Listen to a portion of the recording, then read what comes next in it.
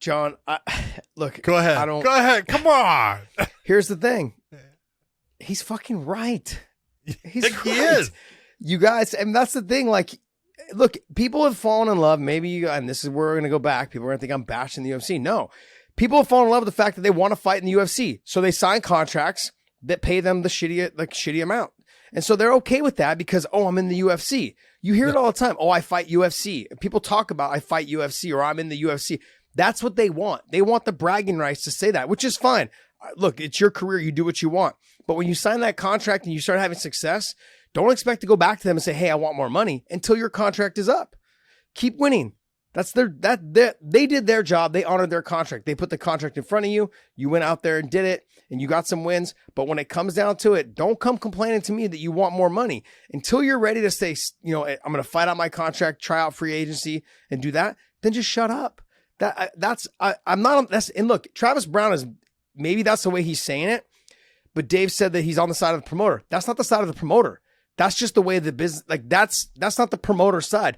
That means that it's both people agreed, okay, that this is what we will pay you. And the fighter agreed. So the fighters knew what he or she was getting themselves into.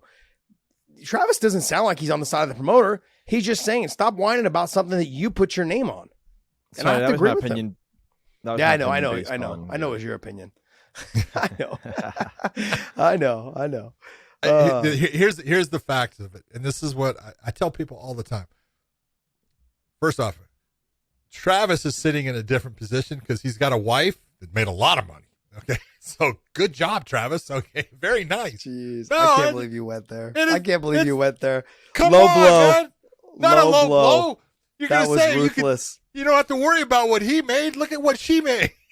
You burned him right there, buddy. No. I love Travis. And hey, he's a smart guy and he's doing what he wants. And best of luck to both of them and what they're doing. And congratulations on they just had a baby. Have a baby. They did, or they're gonna? I think gonna. I don't think she had it yet. Okay. Did she have it? She did, but maybe not. I don't know. I thought she did. I thought she had it probably a week or two ago, I believe. Really? I didn't know. Yeah. So congratulations. That's awesome. They've got their Browsy Acres going and stuff. Everything they're doing is fantastic. No, maybe not. No, yeah, no, maybe not. All right, you're right. So. All right. Okay.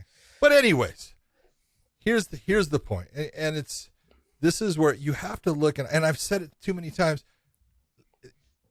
the promoter is always going to try to get the fighter for the least amount possible.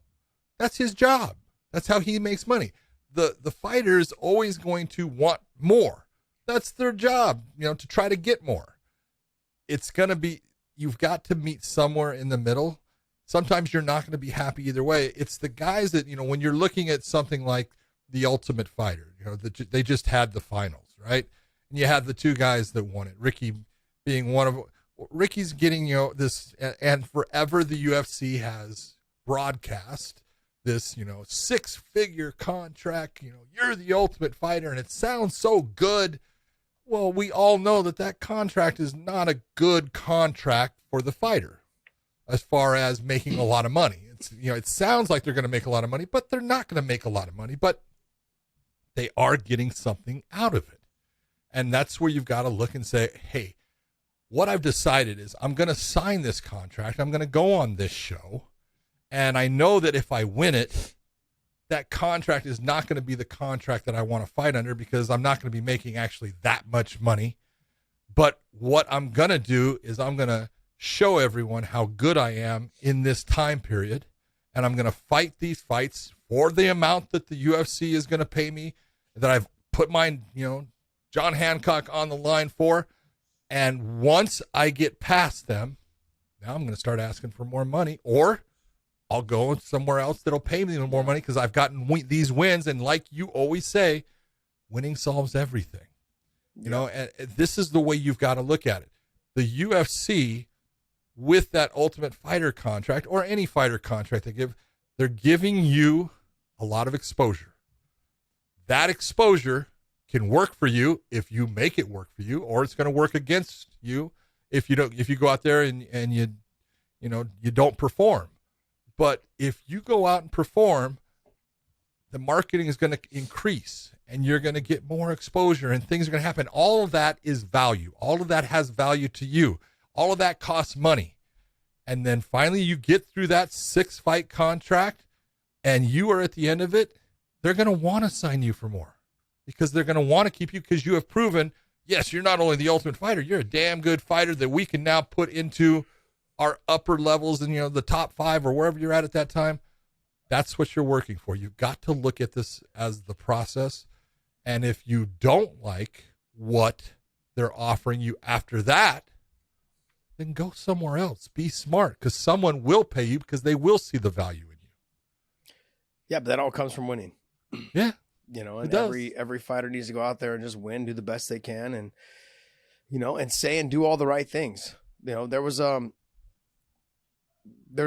there's been fighters in the past that it doesn't matter how talented you are. If you're always negative on social media, or if you're always doing things in interviews and just causing a ruckus and a pain in the ass, it doesn't matter. Promotions won't want to deal with you. They don't matter. It doesn't matter how great you are. Sure, they deal with some like John Jones with all the trouble he was in, but he was already their champion. You know what I mean? Like he was already established. They'd already put millions into marketing him and making him who he was. So they rode that ship until the end. But look at where they're at right now. They're like, oh, you're 34, 35 years old. You only got a couple more years left. Now you want to go to heavyweight. You want us to pay you more. Like, we're going to pump our brakes a little bit because you're not going to be around much longer. They're not willing to bend over as much anymore. But when he was 27, they didn't care what he did. There's an old saying, if you were a car salesman, right, you could take the owner's hat in the middle of the road and shit in it if you were the number one salesperson. And that's basically what John Jones was the number one salesperson. So if you were any of these people, like Sugar Sean, he's got a little bit of say right now, but he's being smart. He's talking and calling out people's names, but he doesn't want the big name. Like he turned down the Frankie Edgar fight. At least that's what I was told. Again, look at the contract that he came in on. He came in on the Dana White Contender Series. Those guys aren't making a lot of money. All right. And Sean understands, hey, if I'm going to fight in this promotion, which I like fighting in, and, it's done a lot of good for my, social media and all these other things, and people now know who I am. But why am I going to fight Frankie Edgar when they'll give me Joe Smith and I make the same amount of money? Yeah. I'll go with Joe Smith. Absolutely. Absolutely. Well, look what happened to the hype train when Yair Rodriguez ran into Frankie. It was Yair, this, and this, and he took that fight. I'll fight Frankie Edgar. Backfire. And I know Frankie's he's older now than when he fought Yair, but Sean's he's not as good a wrestler as Frankie. He still might have the answer. Yeah, he still might have the answer when it comes to the wrestling. 100% agree. Okay.